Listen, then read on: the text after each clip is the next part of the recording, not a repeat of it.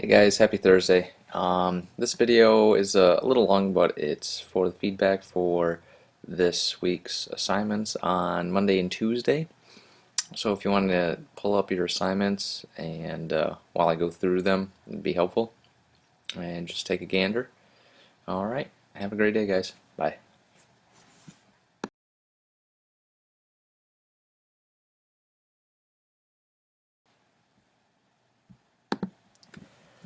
Okay, if you guys want to pull up your assignment from Monday, it was the 10 Ancient Civilizations of Africa. I asked you to watch that video and answer a couple of questions. And I basically just wanted your opinion based on your previous knowledge and your assumptions about what you understand about social studies and civilization so far.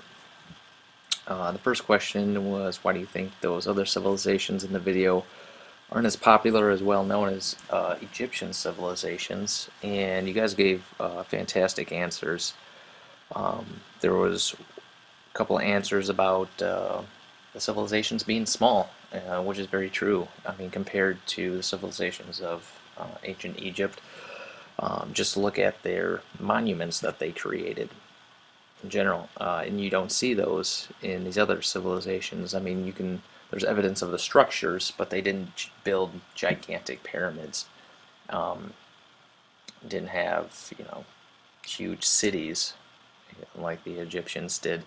Um, Somebody else put they were by the Nile River, which is huge for civilizations back then to be able to have irrigation and agriculture. Absolutely, that's just going to build a civilization.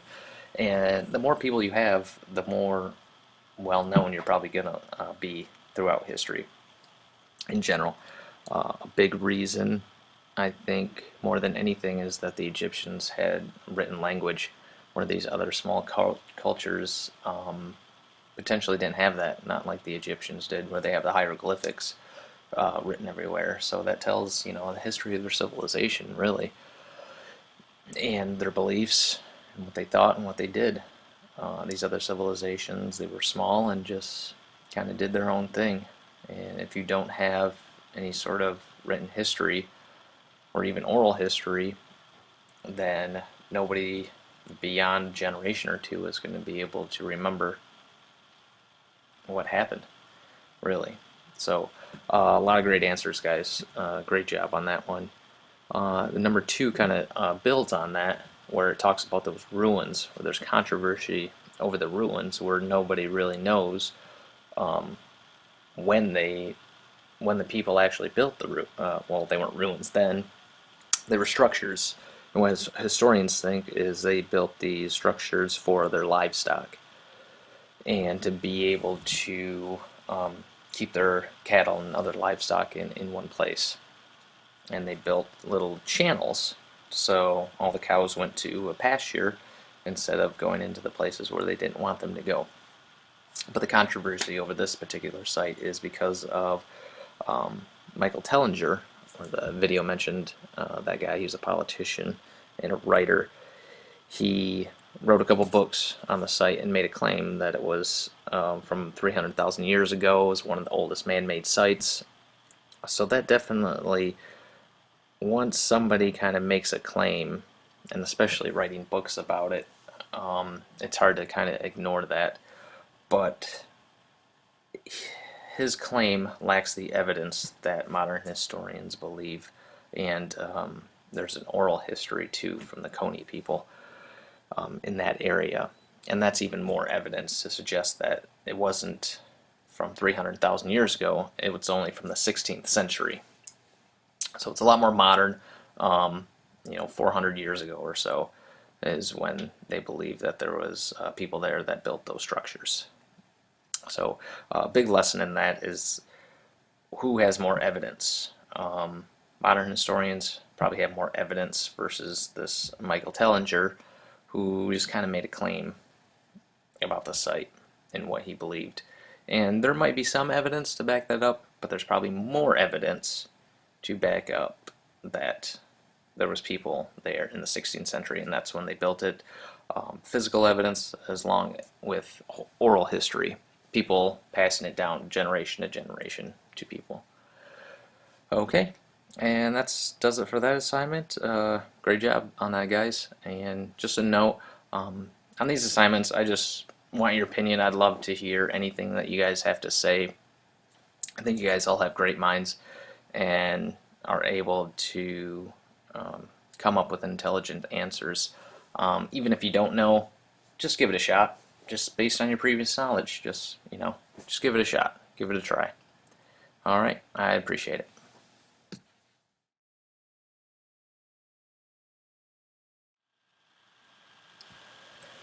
Okay, so Tuesday's assignment, if you want to pause the video and bring that up, that was why do we study history? And we had a couple questions on that too. So it's about primary and secondary resources mainly, which is what today's assignment's about as well. So the first question was describe the difference between primary sources and secondary sources.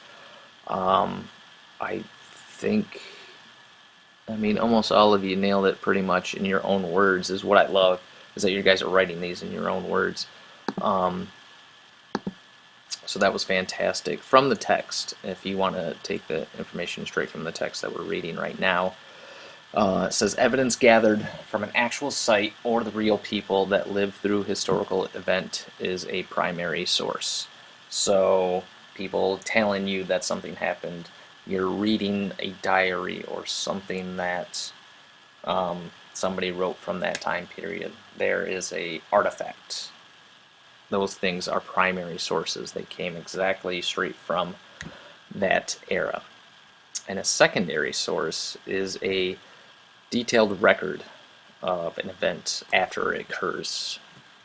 And those items are recorded by someone who is not there. They were not at the actual event. It's not a artifact. So moving on to the question about the newspaper, that is number 2. Is a newspaper a primary source? So this is a tricky question, and I'm really glad that there was 18 people that turned it in, and 50-50 true or false. So guess what? You're both right.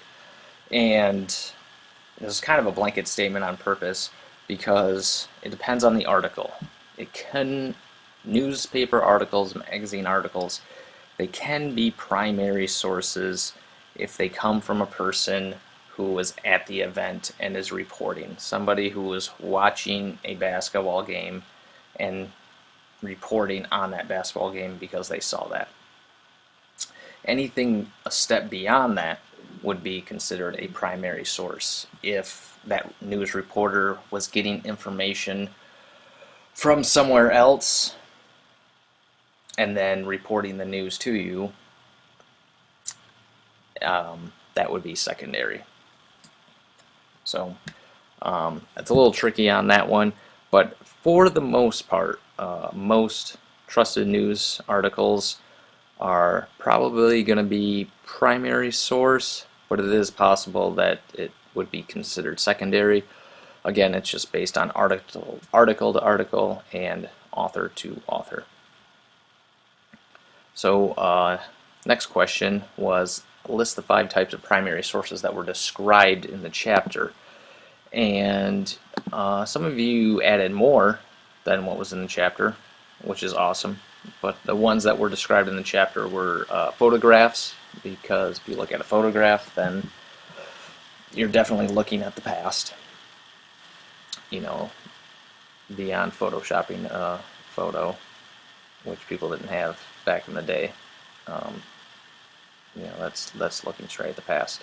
Eyewitness accounts, people telling you this is what I saw, primary source. This is artwork created by those who watched the event, so that's the writings that we're talking about.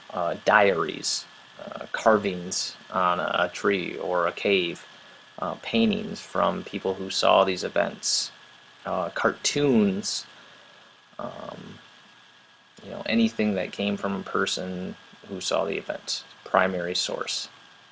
And regular artifacts and fossils, of course. The tools that we're seeing, the artifacts that archaeologists dig up, all the time. The Iceman and mummies, stuff like that. Primary sources.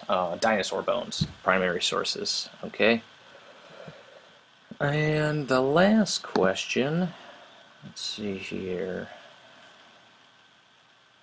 I had you guys list 3 possible secondary sources, and I made a list of the ones you guys did, and you guys came up with a great list.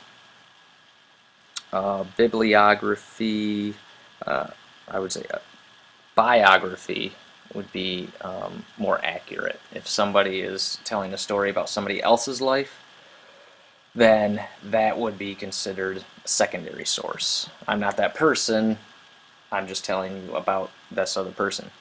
But a great primary source would be an autobiography. An autobiography is me writing about myself. Okay, so secondary source, magazines, journals, newspapers. Again, yes, they would be secondary sources a lot of the times, but also it really depends on, the author and where they're getting their information from.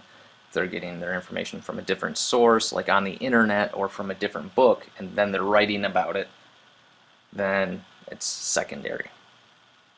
Textbooks, encyclopedias, right? They're getting their information from somewhere else, and then they're writing about it.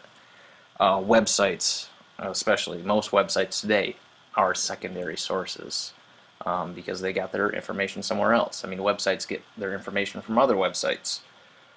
Like Wikipedia, that's even like 2 steps behind because they are referencing websites that are referencing other sources. So they're almost like 3 steps beyond. That's why a lot of teachers and anywhere once you get into high school and college, the Wikipedia page is not a source of information, it's a reference to a source.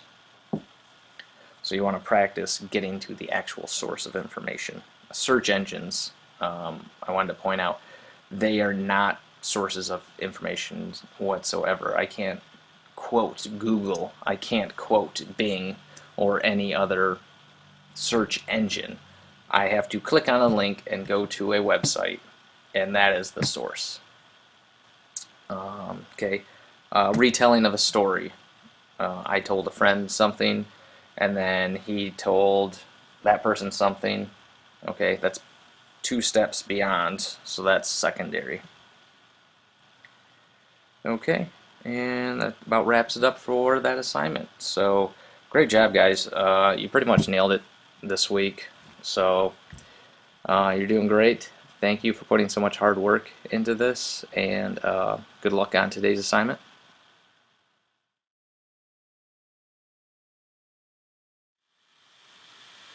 Okay, last but not least, the superstars this week. I'm really happy you guys are here and participating. Makes my day great just seeing your guys' responses. So, great job to Caleb, Regan, Hannah, Greg, Joseph, Hannah, Taylor, Kyra, Isaiah, Jalen, Miguel, Nick and Kaylee, rocking it. Harley, Logan, Ariana, Addison, Christian, good job, buddy. Key Mariah, Michael, nice job, buddy. Mariana, Journey, and Michaela. Great job, you guys. Really appreciate you guys showing up and putting in some effort. I know you'll appreciate it after you're done. Alright, you guys have a great weekend. Bye.